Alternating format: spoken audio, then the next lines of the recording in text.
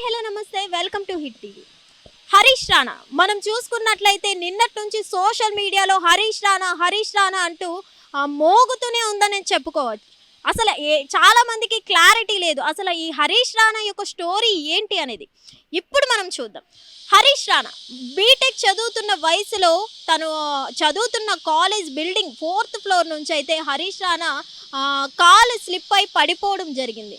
So అప్పటి నుంచి అతని తలకి బలమైన గాయం తగలడంతో అప్పటి నుంచి అతను ఘోరమైన స్థితిలో కోమాలో ఉండడం జరిగింది. స్టిల్ ఇప్పుడు మనం చూసుకున్నట్లయితే అతను కోమాలోకి వెళ్ళిపోయి 13 సంవత్సరాలు అవుతుంది. మనం మినిమం కొన్ని మంత్స్ కోమాలోకి వెళ్ళిపోతేనే మన పేరెంట్స్ ఎంతలా బాధపడతారో మనకు తెలుసు. అలాంటిది చేతికి అందిన కొడుకు 13 సంవత్సరాలుగా కోమాలో ఉండి బెడ్కే పరిమితం అయిపోయి ఉండి అతని బాడీలో ప్రతి పార్ట్ కూడా చచ్చుబడిపోవడం జరిగింది. కదలలేని స్థితి, మెదలలేని స్థితి. సో ఇలాంటి స్థితిలో పేరెంట్స్ అనే వాళ్ళు 13 సంవత్సరాలుగా బెడ్ పైనే ఉన్న కొడుకుని అల్లారు ముద్దుగా చూసుకుంటూనే సేవలు చేసుకుంటూనే వచ్చారని చెప్పుకోవాలి. సో ప్రెజెంట్ మనం చూసుకున్నట్లయితే ఇప్పుడు మనం చూసుకున్నట్లయితే ఇలాంటి కండిషన్లో ఇలాంటి డేస్లో అయితే ఏ పేరెంట్స్ కూడా ఒక 13 ఇయర్స్ సేవలు చేసుకురావడం అనేది చాలా గ్రేట్ అని చెప్పుకోవాలి. అది ఇప్పటి జనరేషన్లో అయితే ఒక 1 ఇయర్ కూడా ఇలా సేవలు చేయడం ఖచ్చితంగా చేయరనే చెప్తా. మీకు ఇది నెగిటివ్గా అనిపించినా సరే ఇదే చెప్తున్నా.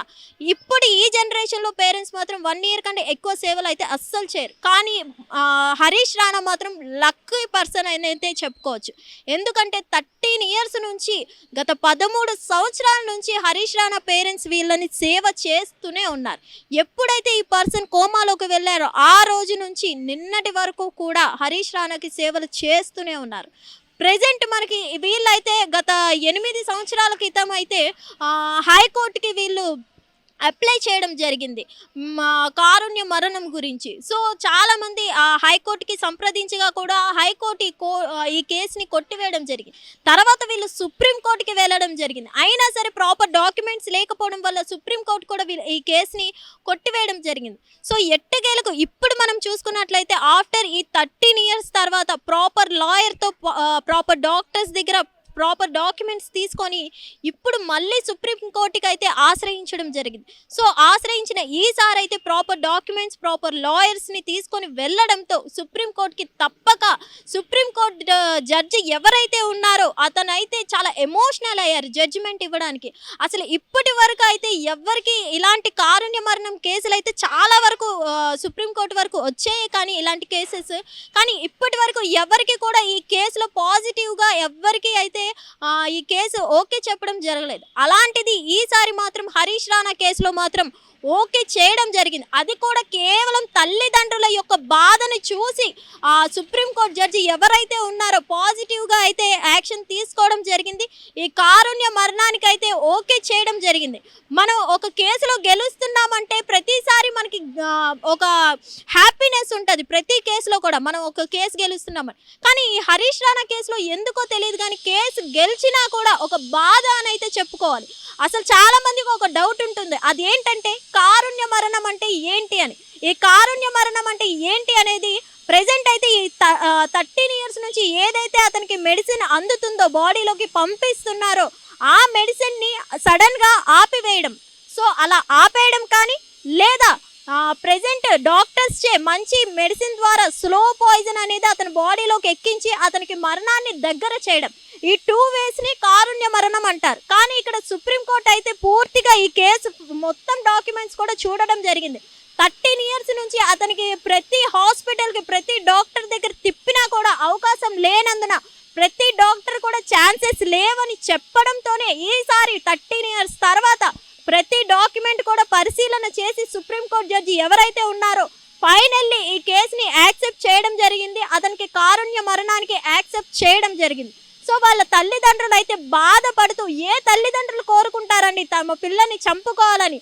కానీ ఎంత బాధ ఎక్కిపోతే ఆ గుండె అసలు కారుణ్య మరణానికి వాళ్ళు సిద్ధపడి సుప్రీంకోర్టులో అడుగు పెడతారు.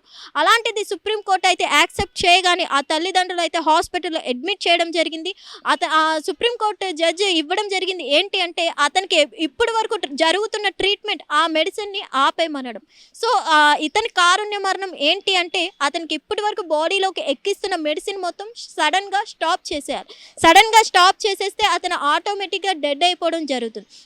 సో ప్రెజెంట్ అయితే సుప్రీంకోర్టు యాక్సెప్ట్ చేసింది ఏంటంటే అతనికి మెడిసిన్ ఆపేసేయమని.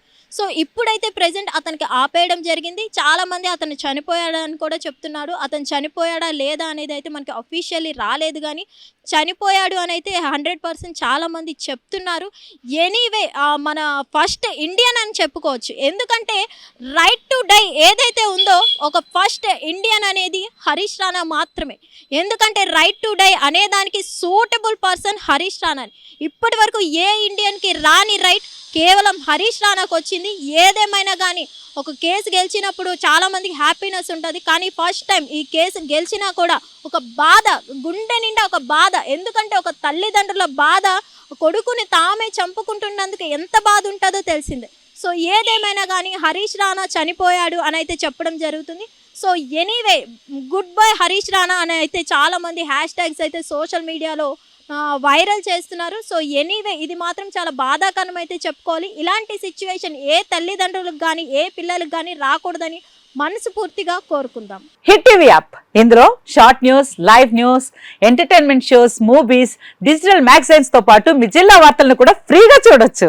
ఇంకెందుకు ఆలస్యం, వెంటనే హిట్ టీవీ యాప్ ని డౌన్లోడ్ చేసుకుని ఫ్రీగా ఎంటర్టైన్మెంట్ పొందండి. Hit TV app. Hit TV app. Please download hit TV app. Hit TV app ని ఫ్రీగా డౌన్లోడ్ చేసుకొని ఎంజాయ్ చేయండి. మీకు నచ్చిన ఎంటర్టైన్మెంట్ కోసం హిట్ టీవీ యాప్ ని ఫ్రీగా డౌన్లోడ్ చేసుకుని ఎంజాయ్ చేయండి. హిట్ టీవీ యాప్ ని డౌన్లోడ్ చేసుకుని ఆస్వాదించండి, ఆశీర్వదించండి. ఇంతమంది సెలబ్రిటీలు హిట్ టీవీ యాప్ ని డౌన్లోడ్ చేసుకోండి అని చెప్తున్నారంటే ఎంత మంచి యాప్ ఆలోచించండి. అమెరికా అమెరికా అమెరికా అమెరికాలో చదవాలనుకునే వాళ్ళకి విశ్వసనీయమైన పేరు మన శౌర్య కన్సల్టెన్సీ. UK లో 1 year masters. UK లో 1 year masters. 2 years work permit up to 5 years visa. Contact Saurya Consultancy. Contact 89851 89851.